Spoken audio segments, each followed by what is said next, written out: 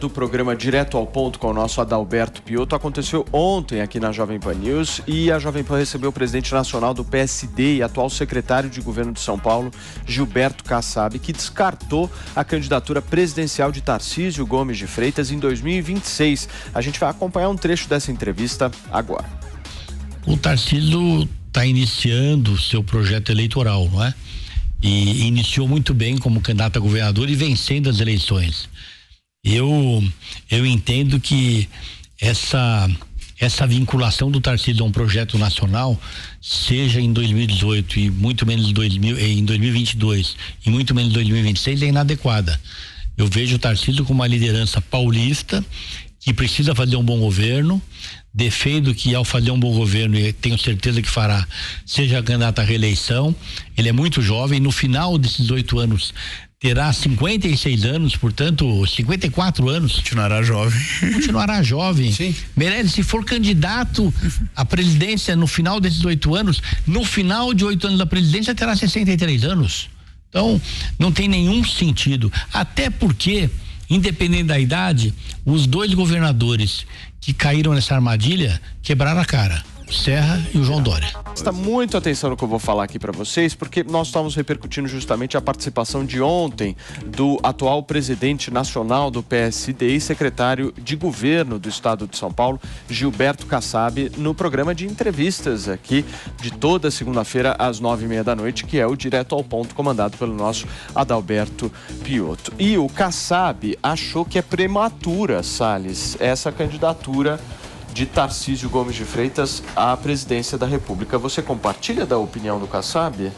Veja, o Tarcísio acabou de ser eleito, tem a possibilidade de fazer um governo excepcional, uma pessoa competente, reúne todas as condições para fazer isso e, obviamente, você deixa uma marca ainda mais firme se você faz um trabalho em 2 mandatos, né? Você tem um ciclo completo daquilo que se começa na administração atual e pode ser concluído em dois mandatos. Agora, política é algo que você não tem certeza absoluta do que vai se passar daqui a 4 anos, né? Se você terá de volta a candidatura do presidente Bolsonaro, se o Bolsonaro não vai querer concorrer, se no lugar do Bolsonaro o candidato da direita vai ser o Zema, se vai ser o Tarcísio.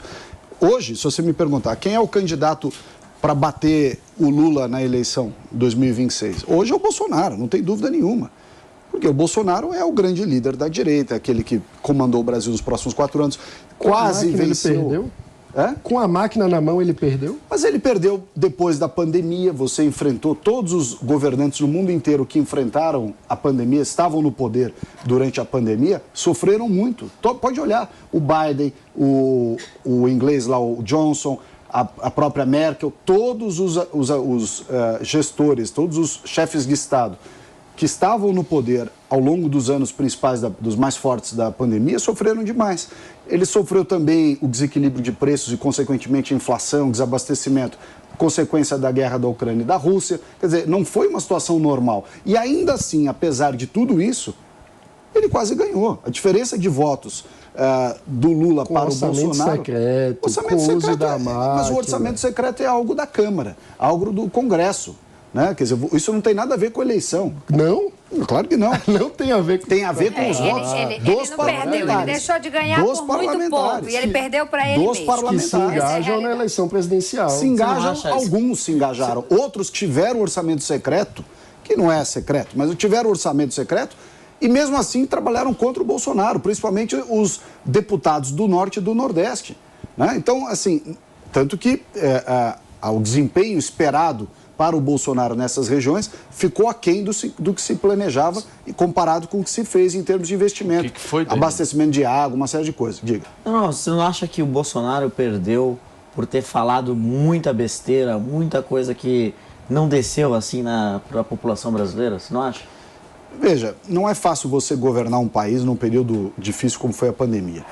A visão que o presidente tinha sobre vários assuntos relacionados à pandemia, uso de máscara, a cloroquina e tudo mais, era uma visão muito dele, né? Ele tinha as convicções. Algumas dessas convicções que ele tinha não se mostraram verdadeiras, mas outras estão sendo discutidas até agora. Tanto que eu vi essa semana um jornal americano, acho que foi, não sei se foi o The Washington Post ou o New York Times, um dos dois fez uma reportagem dizendo, olha, aliás, a Veja aqui no Brasil reproduziu essa reportagem, dizendo, olha, a eficácia da máscara não era essa que foi apregoada. Algo que o presidente também falou, só que como saiu dele, Bolsonaro, mas não dá virou pra comparar isso com cloroquina para imã, né? Mas mesmo enfim, a questão não é essa, a questão é que, assim, ele tem o estilo dele. Ele é uma pessoa muito, assim, verdadeira, transparente e fala tudo o que pensa. Isso o fez ser o presidente, né? Tirou, o cara não tinha partidos, não tinha grandes alianças, não tinha dinheiro, não tinha uma série de vantagens competitivas em 2018 e mesmo assim ganhou a eleição, graças ao estilo dele. Mas se você perguntar, isso atrapalhou um pouco a governabilidade?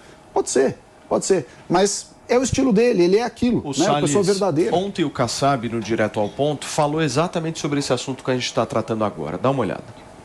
O grande erro do Bolsonaro nessa fase, todos na vida pública têm erros e acertos, não é? O governo Bolsonaro teve erros e acertos. Mas na hora que ele perde a eleição, ele abre mão já no primeiro dia de fazer oposição, na hora que ele não reconhece a vitória do presidente Lula, eu entendo humildemente que ele errou. Afinal de contas, democracia é isso. Tivemos eleição, ele perdeu, nós temos uma justiça eleitoral, a justiça que foi escolhida por nós, porque o Congresso Nacional votou, essa está aqui o Capello, um grande constitucionalista, e ficou claro que ele perdeu as eleições. Ele teria mais de 60 dias para diariamente já se posicionar, mostrar os erros da formação de governo, o erro na escolha dos quadros, não é? Desde janeiro aqui, eu acho que ele foi perdendo a oportunidade. Muito bem, tá aí a fala de Gilberto Kassab ontem em entrevista ao Direto ao Ponto. Jogo rápido aqui, você acha que o Bolsonaro já deveria ter voltado ao Brasil? Eu acho que não, porque se ele volta, a atenção da imprensa, ao invés de mostrar tudo de errado que o PT está fazendo, as barbaridades, as coisas que estão sendo feitas, iam ficar ainda mais em cima do Bolsonaro. Eu acho que está certo em deixar o PT se enrolar com a própria corda. Deixa eles fazerem as besteiras dele. Uma parte da sociedade não quis fazer o L, então agora aguenta. Olha, está vendo o que eles estão fazendo. Aliás, engraçado porque até alguns que fizeram o L agora aí tiveram as suas propriedades, né, suas fazendas invadidas. Faz o L aí, ó, vê o que acontece. O que você quer falar, Dani? Eu queria voltar um pouco do tópico da prefeitura, mas se você quiser explorar um pouco mais esse tema nacional... Eu quero entender só do ponto de vista político se você não acha que ele perde, porque nenhum político consegue manter a sua base estando em Orlando, na Flórida.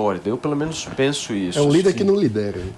Você não acha que ao longo do tempo isso vai simplesmente se perdendo? Porque a imprensa sempre vai estar tudo bem, enviesada. A imprensa pode ir pra cima dele e tal. E quando ele voltar, vai estar também. Tem o caso lá das joias vai estar. Mas eu acho que também tem um outro aspecto aí importante. O Bolsonaro, ele precisava de um tempo também para reagrupar. Sabe aquele negócio, perdeu... Mas quanto tempo é isso? Política? Eu tenho a impressão que ele não quer mais política. Não tem como. Uma pessoa que foi presidente da República, com 50% praticamente dos votos do país, não pode deixar, e não vai, creio eu, deixar a política de lado e falar, não, agora eu vou ficar no meu sítio lá. Ele estaria fazendo o que o Kassab disse. Estaria lá fazendo oposição, aproveitando todas as oportunidades que ele tem para reconstruir o capital político e avançar em cima. Mas tem horas ver como é que ele consegue fazer essa liderança de Orlando, mas entendeu? Não precisa ele fazer a liderança, a oposição está funcionando. Você vê que fizemos a CPI, a CPMI, agora a CPI do MST. O presidente, de certo modo, assim, cada um tem um perfil. O Kassab, fosse ele que tivesse perdido a eleição e tivesse, vamos dizer, ido viajar, pelo que ele contou, ele já teria voltado. Mas é a característica dele. Sim. Agora, o Bolsonaro achou melhor ficar mais recluso. Também é o jeito dele. Se você vê, depois do segundo turno, ele não deu uma declaração. O segundo turno, entre o segundo turno e a viagem dele ao exterior, ele se retraiu e um pouco aquela posição dizendo, olha, ok, vocês escolheram o Lula? É isso aí? Então agora, vamos ver. Sim. Vamos ver o que vocês escolheram, vai entregar. Eu creio que a resposta da entrega do Lula, negativa do jeito que está e cada vez pior, será a melhor resposta. Mais do que o Bolsonaro ter voltado no primeiro dia e ter ficado... O que você quer falar, Antônia? Eu estou me segurando porque é o seguinte, o Bolsonaro perdeu no segundo turno. A base dele arrebentou ele, as escolhas dele muito errada, o silêncio dele, aquela quantidade de coisas que aconteceram entre o primeiro turno e o segundo turno, ele e a base dele, ele estava dando como ganho. Essa é a questão. Porque deixar de ganhar por 2 milhões de votos é muito pouco, gente. É muito pouco. A quantidade de bobagem, a briga da base dele com pessoas... Quantas vezes eu falei, essa gente da cultura vira voto. Ninguém quis ouvir. Ah, não vira, não. Ah, essa coisa de ir para shows, festivais e ficar gritando Lula, não, isso não tem a menor importância. Isso é subestimar o inimigo entrou na brecha. Essa é a grande questão. Agora que tem um monte de empresário aí que casaram com o Kid Bengala e agora não querem ir pra lua de mel, tá cheio, né? Tá cheio, né? Casou com o Kid Bengala e agora não quer ir pra lua de mel. Vai ter que ir sim, tá? Então, assim, a gente já sabia tudo que ia acontecer. Eu fiz uma postagem que é o seguinte, cadê os países aqui, América Latina, América do Sul, os países com a bandeira vermelha? Alguém me prova. Se tiver melhor que a gente, eu voto no Lula. Mas ninguém conseguiu provar. Acontece que o que a gente está falando aqui é para meia dúzia, é para uma bolha. A gente tem que falar para as pessoas que moram na comunidade que achavam que iam comer picanha. Essa é a questão. Mas, quem sou eu, né? Sou uma reles moça. Uma gata. Que tentou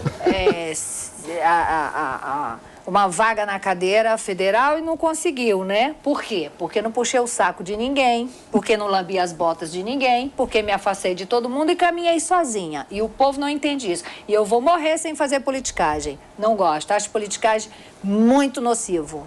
Escuta, deixa eu mudar um pouquinho.